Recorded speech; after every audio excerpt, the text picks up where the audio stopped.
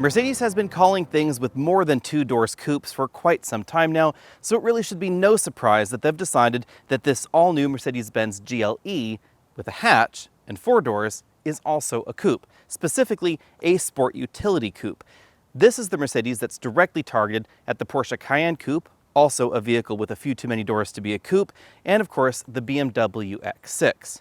At its core, the GLE Coupe is a style-forward mid-size crossover, so the main reason you want to buy this over the regular version of the GLE is about the look. Either you like it or you don't, and liking the look is going to cost you about $4,000 more than a comparably equipped GLE that has a little bit more cargo room in the back and, oddly enough, a little bit more legroom as well.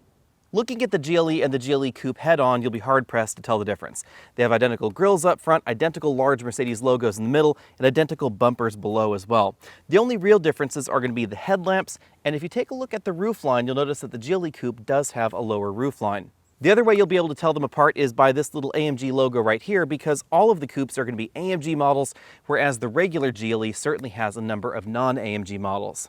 So what makes the GLE Coupe a coupe? Well, it certainly has nothing to do with the number of doors. This has 5 of them. Most folks call a hatch in the rear a 5th door. It has nothing to do with the hood line, which is decidedly similar to the GLE in the non-coupe form. But everything starts to change right around here because we have a more raked front end design that reduces a little bit of headroom in the front, and of course we have this very different roof line towards the back. That certainly gives this more of a jacked up sedan profile, I would really say, than a traditional coupe profile. But you could certainly see the resemblance between this and the Mercedes-Benz CLS. That clearly puts this GLE in direct competition to the BMW X6, which was one of the leaders in this segment for coupifying crossovers, and of course the all-new Porsche Cayenne Coupe as well. In terms of length, this is 195.3 inches long. You'll really notice the GLE Coupe has a lot of presence to it because of its size and of course its distinctive shape. This is a little bit longer than the regular GLE, about an inch longer, and a hair longer than the X6 or the Cayenne as well. Moving to the rear, we have a very clean and I have to say very sedan-like design. The tail lamp modules are full LEDs, the turn signals are red, which is certainly not my preference, but everything back here is nice and flush with one another, making this rear end an awful lot easier to clean than a number of sedans I've had lately. Something that I found interesting is that this entire section of the bumper right here actually sticks out a little bit further than the section that the license plate is located in. We have quad exhaust tips down there at the bottom, no strange window going on here, so again a very sedan-like shape, and then this is a hatch and the release is hidden right there inside the Mercedes logo. At least for the moment, all GLE coupes are going to be AMG models, and they're 2 different engines on offer, a 6-cylinder and an 8-cylinder engine. But the base 6-cylinder engine is the one that I find more interesting. This is one of Mercedes' newest engines in North America. It's a 3-liter inline-6 engine that has a regular turbocharger, an electric turbo or supercharger, whatever you want to call it, and an electric motor as well, because this is technically a hybrid, albeit a mild hybrid. The electric motor is positioned between the inline-6 engine and the 9-speed automatic transmission, and it can give you an extra 21 horsepower and 184 pound-feet of torque when it needs to, or most importantly, it can power the 48-volt electrical system that we find in the GLE. The 48-volt electrical system enables the electric supercharger here to help you build boost more rapidly than you would with a normal turbocharger, and of course we have that EQ motor which can also give you some additional torque to help launches feel a bit more extreme. Also enabled by the 48-volt electrical system is an electric air conditioning compressor, much like you'd find in a full hybrid.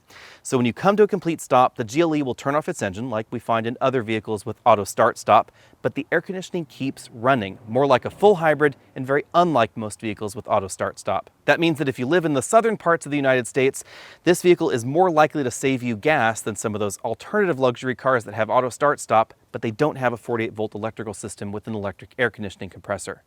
Front seat comfort is excellent in the GLE Coupe. I'm going to give these seats 10 out of 10 points. We have a multi-way adjustable driver and front passenger seat. Both of these seats have a 3-position memory. We have a powered tilt telescopic steering column, heated and ventilated seats, and these seats will heat and ventilate at the same time. And these seats also have an active massage feature. These are one of the best active massaging seats available right now. This massage is much more aggressive than the anti-fatigue design that we find in BMW seats. So if you're looking for a seat like this that has more of an aggressive kneading style massage, you're going to want to look at this or a Volvo XC90. But that's not quite the same thing. Bearing in mind that the GLE is a mid-size crossover, we do find a little bit more room than the average compact crossover in America, but not quite as much as you'd find in a regular GLE.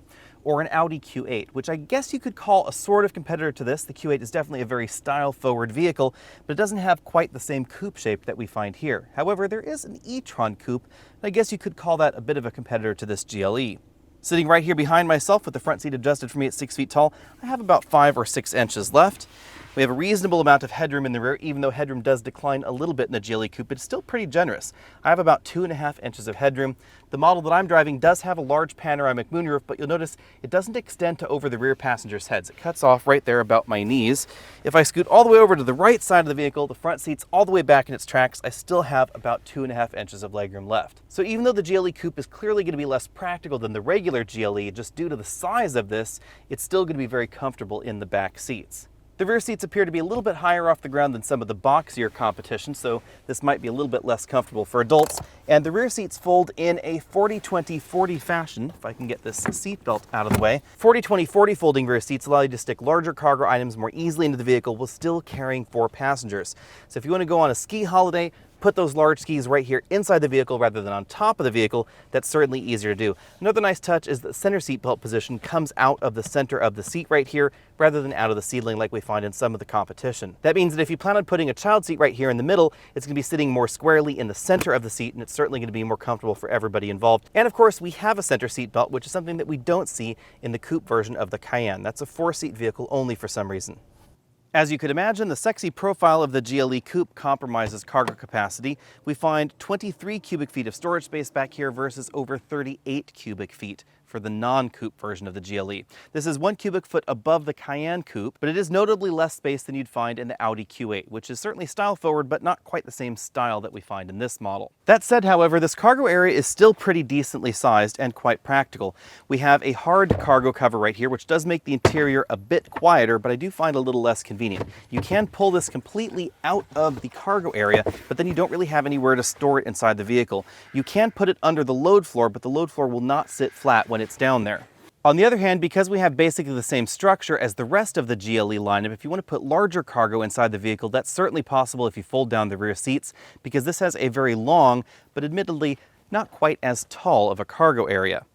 Under the load floor, we find a temporary spare tire. This is one of the inflatable variety. If you want to see what these kind of tires look like when you inflate and deflate them, I have a separate video on my channel. It's pretty cool. This section actually puffs out about like that. There's also some additional storage space around the tire, but none of it is separated from that spare. When it comes to my exclusive trunk comfort index, I'm going to have to give this cargo area 8 out of 10 points. It is notably smaller than the regular GLEs, and it has a pretty high load height. So if you're putting some of those large items into the cargo area, it's going to be a little bit less easy to do in this than some of those other options out there. Since this vehicle has the Mercedes adaptive air suspension, there is a little button over here that will allow you to lower the suspension a little bit to make loading and unloading a little bit easier, but this is always going to be a little bit higher off the ground. However, we do have a pretty quick acting power hatch. As we look around the interior, keep in mind that although the GLE 53 is technically the base model of the GLE, this particular trim has about $20,000 of options on it. You can see from this angle that panoramic moonroof again doesn't go to over the rear passengers' heads, it just goes to about over their knees. We have 4-way adjustable headrests up front and height adjustable shoulder belts. This model has an attractive 2-tone leather interior, and these seats move in a ton of different ways. They have extending thigh cushions, the active massage feature, the lumbar support, which we're going to take a look at in the infotainment system, and all the other controls are pretty interesting. We have a lot of soft touch materials going on the front doors and a lot of stitched materials as well. There's also a healthy amount of real wood trim, just as you'd expect in any new Mercedes, even including an AMG model like this one. You'll find the seat controls over here on the doors, memory seats again for the driver and front passenger, those heated and ventilated controls, the Burmester sound system right there, ambient lighting that is definitely very adjustable via the MBUX infotainment system. And as we see in other modern Mercedes models, the ambient lighting feature is sort of a color wheel motif, whereas you can see the color is gradually changing as the car just sits here idling. Moving on over to the dashboard, we find a lot of stitched materials. This is a really nicely done interior, and what separates this from some of the less expensive interiors you'll find in the luxury segment is that all of that stitching extends to lower on the dashboard. So this lower portion below that ambient lighting, that's also stitched leather.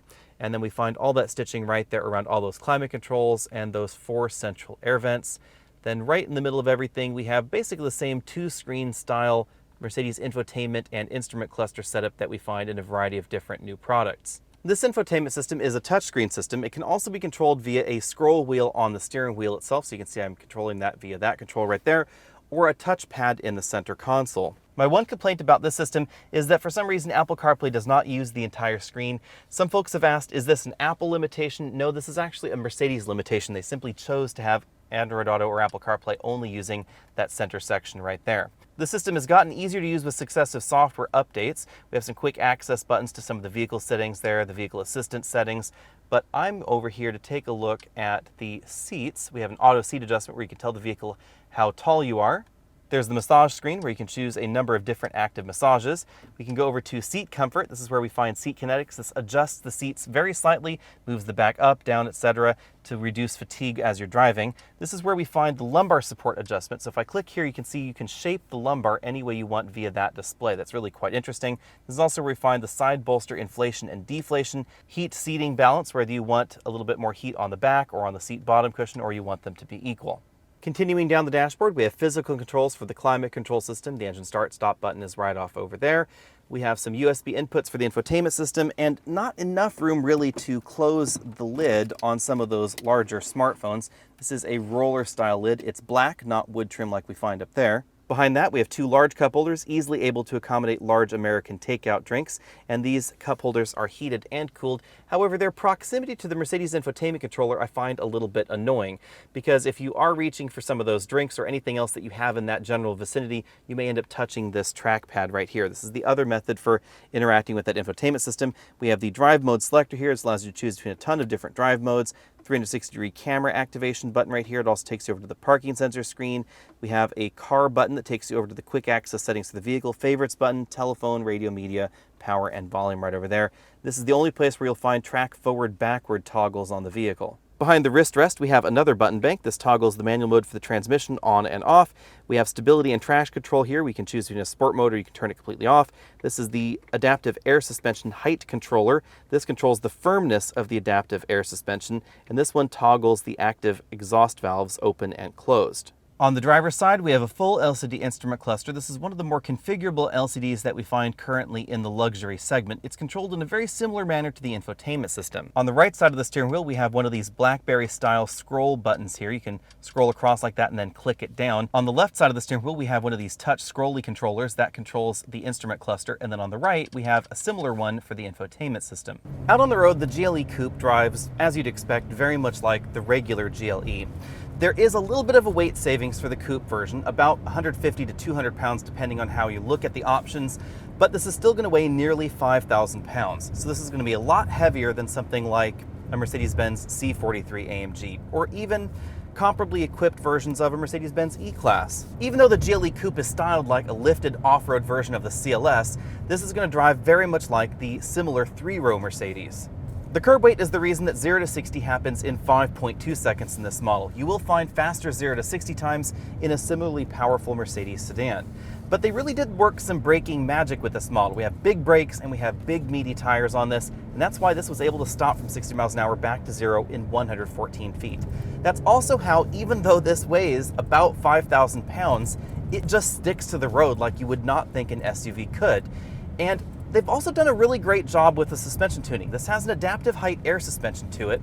We're in the comfort mode, and there's really no body roll, not much tip and dive going on here, even when you start pushing this harder out in your favorite winding mountain road. But the GLE is never going to feel exactly nimble like the GLC or something along the lines of a BMW X3 or X4. Remember, this is a full size larger. So this is the kind of vehicle you want to get if you like the styling of the GLC Coupe, or again, that Mercedes CLS, but you want a bigger SUV or a bigger crossover. That's what this is about.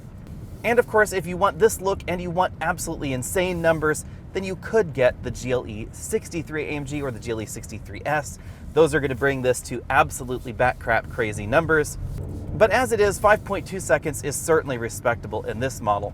And I think that Mercedes has done an excellent job tuning the suspension in their mid-level AMG vehicles. Something like this GLE 53 or the 43 series of AMG models. The suspension tuning in the 63 series of Mercedes models, the top tier in the AMG lineup, just isn't quite my cup of tea. The suspension ends up a little bit too firm for some of the vehicles, and the transmission, that multi-clutch transmission that they use, is not my cup of tea either. Really, it's just a regular automatic transmission, and they delete the torque converter, they install a clutch pack in there, And the Mercedes transmissions that still have a torque converter are simply going to be smoother and a little bit easier to live with on a daily basis. When it comes to handling, I'm certainly going to give this model an A. It doesn't feel quite as connected to the driver as the Porsche Cayenne, but it's pretty close. And again, I think this is a little bit more my personality. Thanks to the adaptive air suspension, I'm going to give ride quality an A-. This is not going to be as soft as the regular version of the GLE, the 2 or 3 row regular SUV version, but it's still pretty compliant as far as sportier styled vehicles go. So if you're looking for something that's definitely daily driver livable, this is going to be an excellent option. In my cabin noise test, this particular model came in at 71 decibels, so this is a little bit louder than the X5. I suspect some of that has to do with the exhaust note. We do get a little bit more of that inline-6 exhaust note into the cabin, and also the tire choice on this particular model. There are a number of different tires available on different GLE models, so I did record a quieter cabin noise score the last time I drove the non-coupe version of the GLE. I think the best way to bottom line the GLE Coupe out on the road is this sort of feels like someone installed a high chair inside a GLS or a Mercedes-Benz E-Class. It feels very much like those vehicles out on the road. Again, we don't get much tip and roll, we don't get much body roll. This does not feel overtly SUV or crossover-like in the way that it's handling this road here, except for the fact that it's an awful lot taller than something like a Mercedes-Benz E-Class or the CLS. Now, as I always say, remember that the laws of physics must be obeyed, and if you put this into a corner just a little bit too hot, you are certainly going to notice the extra height and the extra weight versus something like a CLS or a Mercedes-Benz E-Class. But again, this feels an awful lot like it when you're driving it at around 8/10 on your favorite winding mountain road. You're having a spirited drive. You're not really trying to be the fastest person out on the track. This has a really great feel to it. And personally, I think that the tuning balance of this is more my taste than the BMW X6 or the Porsche Cayenne Coupe. The Cayenne Coupe, I think, is a bit more fun to drive out on the road. It feels more engaging. There's certainly a little bit more steering feedback than we find in this particular model, but the balance of everything in the vehicle, I think the Mercedes hits all the right boxes for me. Now, on the downside, the balance and the tuning that we find here in the GLE are certainly going to cost you. As I said before, Mercedes has a limited number of trim levels for the GLE Coupe. So missing are the GLE 350, 450, and GLE 580 that you find in the non-coupe model. I'm a little bit sad that we don't find the 580 in this lineup because the GLE 580 is an odd duck. It's actually faster than the base level AMG. In the regular GLE lineup, you have the base 6-cylinder engine, then an up-level 6-cylinder engine, then an entry-level AMG version that gives you the AMG styling, some of the AMG suspension components, and then you have sort of a faster luxury version in the GLE 580, and we don't see that in the GLE Coupe, so definitely keep that in mind.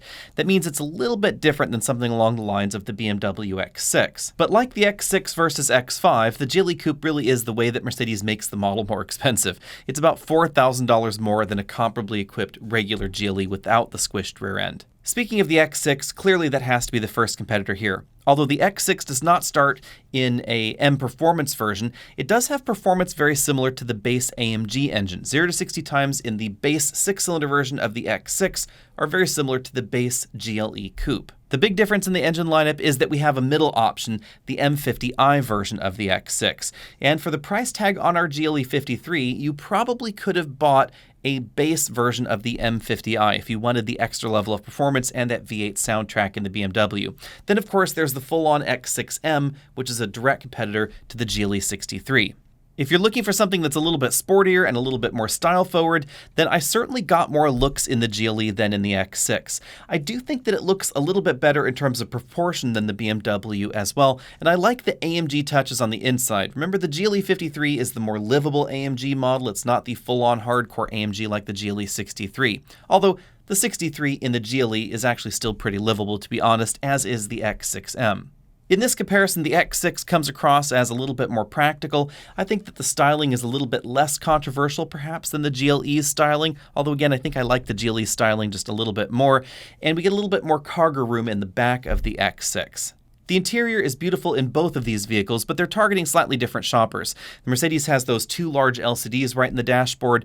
The BMW certainly has a lot of large LCDs as well, but the way that they're styled makes them feel a little bit smaller than they are, and they're still actually a little bit smaller than the ones that we find in the Mercedes. So if you love a lot of LCD, you might want to go for the Mercedes.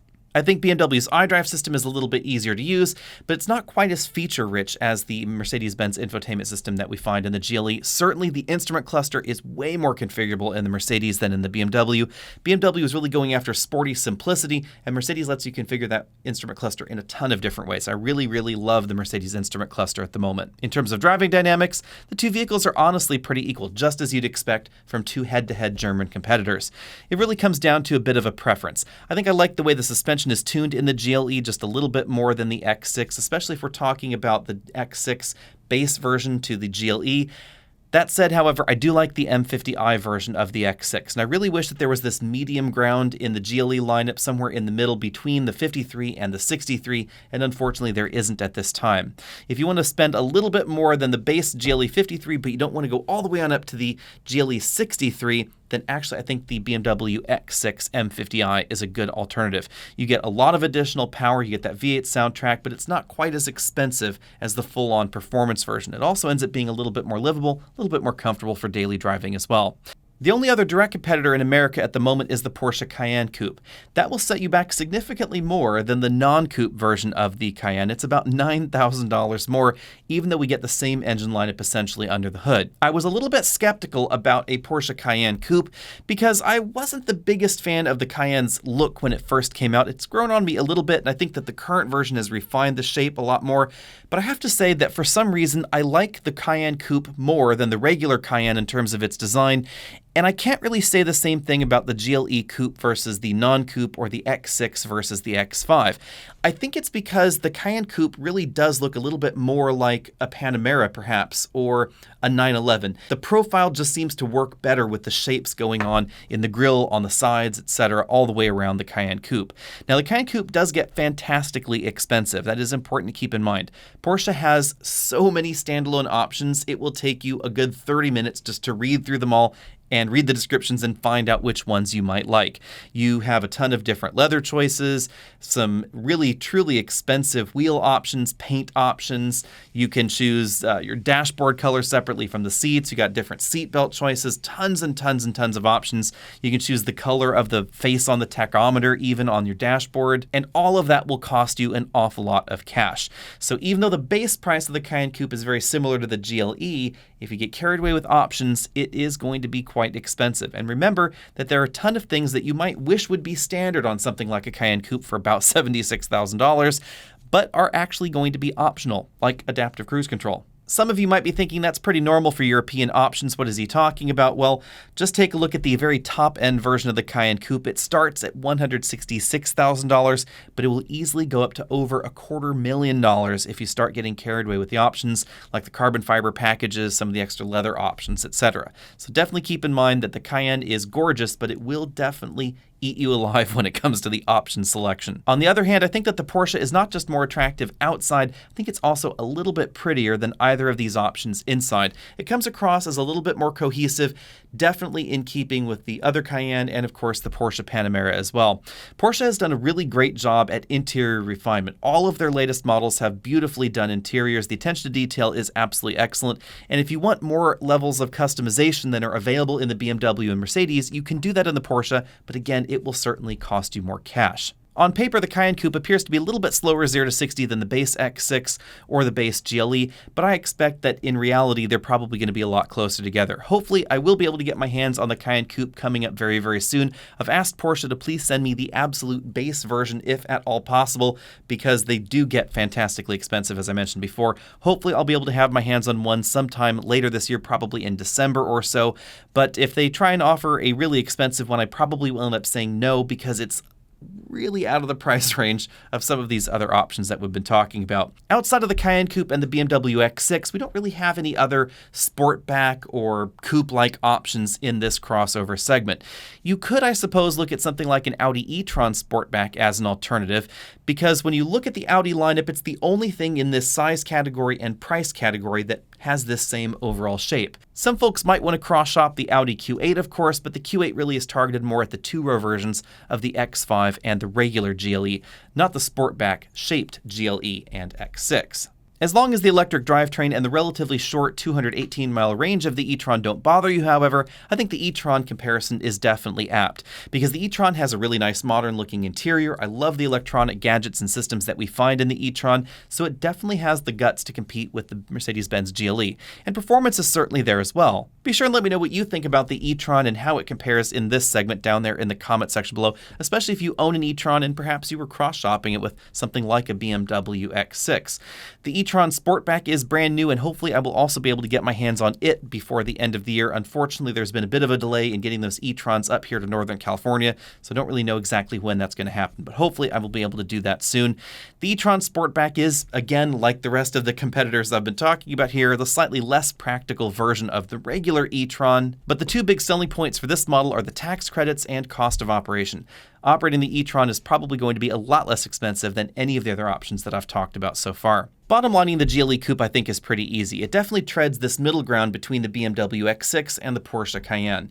It feels a little bit more premium, definitely a little bit flashier on the outside than the X6 feels to me right now, but a little bit less so than the Porsche Cayenne. And the pricing is pretty much right between these two models as well. As long as you don't get carried away with options, I think the Cayenne Coupe is the toughest competitor for the Mercedes-Benz GLE because it's not as expensive as some people might think. And I do think that it looks a little bit better than the Mercedes, and I love the way that Porsche has done the interior.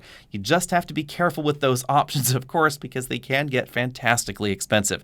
Let me know what you think about all that down there in the comment section below. And of course, check out the AOA merch store. You'll find that over at aoamerch.com. You can get shirts right like this. All answers lead to minivan on this particular shirt, but there are going to be a number of other designs available between now and the end of 2020. So be sure and check out aoamerch.com. Find me over at facebook.com/AlexNautos, over at Instagram, all those other social places, and I'll see all of you next week.